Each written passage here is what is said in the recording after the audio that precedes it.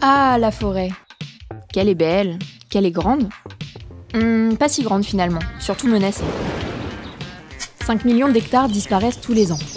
1200 espèces végétales ont disparu définitivement et de nombreuses espèces animales sont menacées par la destruction de leur habitat.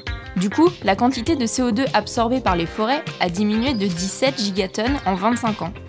Un drame pour le climat et l'humanité. Pourtant, la forêt est source de nombreuses richesses indispensables à l'homme. En effet, la forêt, c'est de nombreux biens et de nombreux services indispensables à notre survie. On en tire des aliments, des médicaments et même des colorants. Mais aussi du bois pour nous chauffer, construire nos maisons, nos meubles et fabriquer du papier. Et puis, elle régule le climat, produit l'oxygène que nous respirons, capte et stocke le CO2 que nous produisons, protège la ressource en eau, structure les sols et abrite 80% de la biodiversité terrestre. Et saviez-vous qu'elle permet aussi de réduire la pauvreté ? Sur Terre, 1,6 milliard de personnes vivent, dépendent et tirent directement leurs revenus de la forêt. Malheureusement, les pressions démographiques, foncières et économiques les obligent à être eux-mêmes acteurs de la déforestation. Chez Cœur de Forêt, nous œuvrons depuis 2005 pour la protection des forêts et des peuples qui y habitent. En reboisant les zones touchées grâce à l'agroforesterie, mais également en protégeant les forêts encore présentes de façon à conserver la biodiversité native.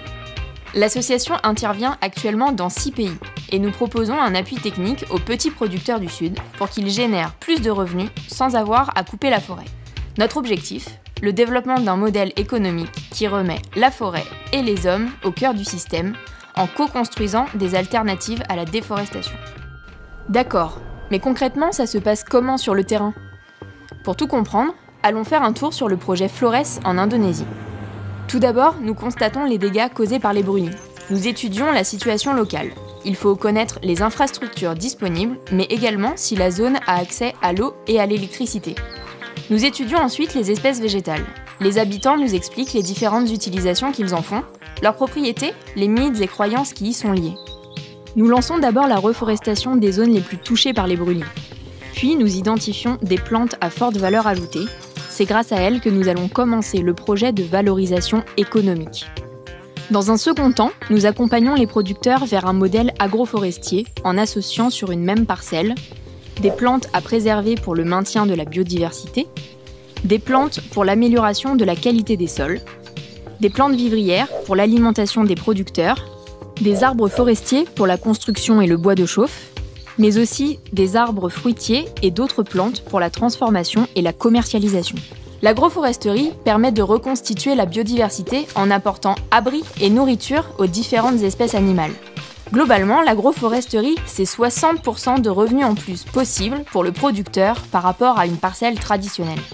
Et saviez-vous que 900 millions de personnes la pratiquent déjà dans le monde ? Les producteurs se regroupent ensuite pour diminuer les coûts, mais aussi augmenter et stabiliser les volumes de production sur l'année.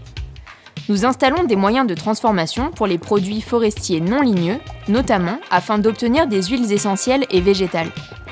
Nous formons les producteurs à l'utilisation de ces machines pour qu'ils soient autonomes dans la transformation de leur production. Enfin, nous créons une plateforme de commercialisation qui vient en appui aux différentes coopératives bénéficiaires.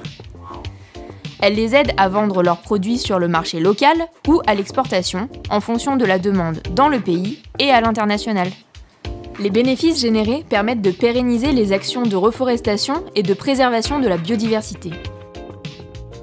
En 10 ans, les projets Cœur de Forêt, alliant reforestation et développement économique, ont permis la plantation de plus de 400 000 arbres, de compléter les revenus et améliorer les conditions de vie de 19 455 bénéficiaires, le développement de 26 produits bio et équitables issus de la collecte en forêt ou de cultures agroforestières. Et vous, ça vous donne envie de participer à un modèle qui protège la forêt et ses habitants ? Bénévolat, dons, adoption d'arbres et de ruches, mécénat de compétences.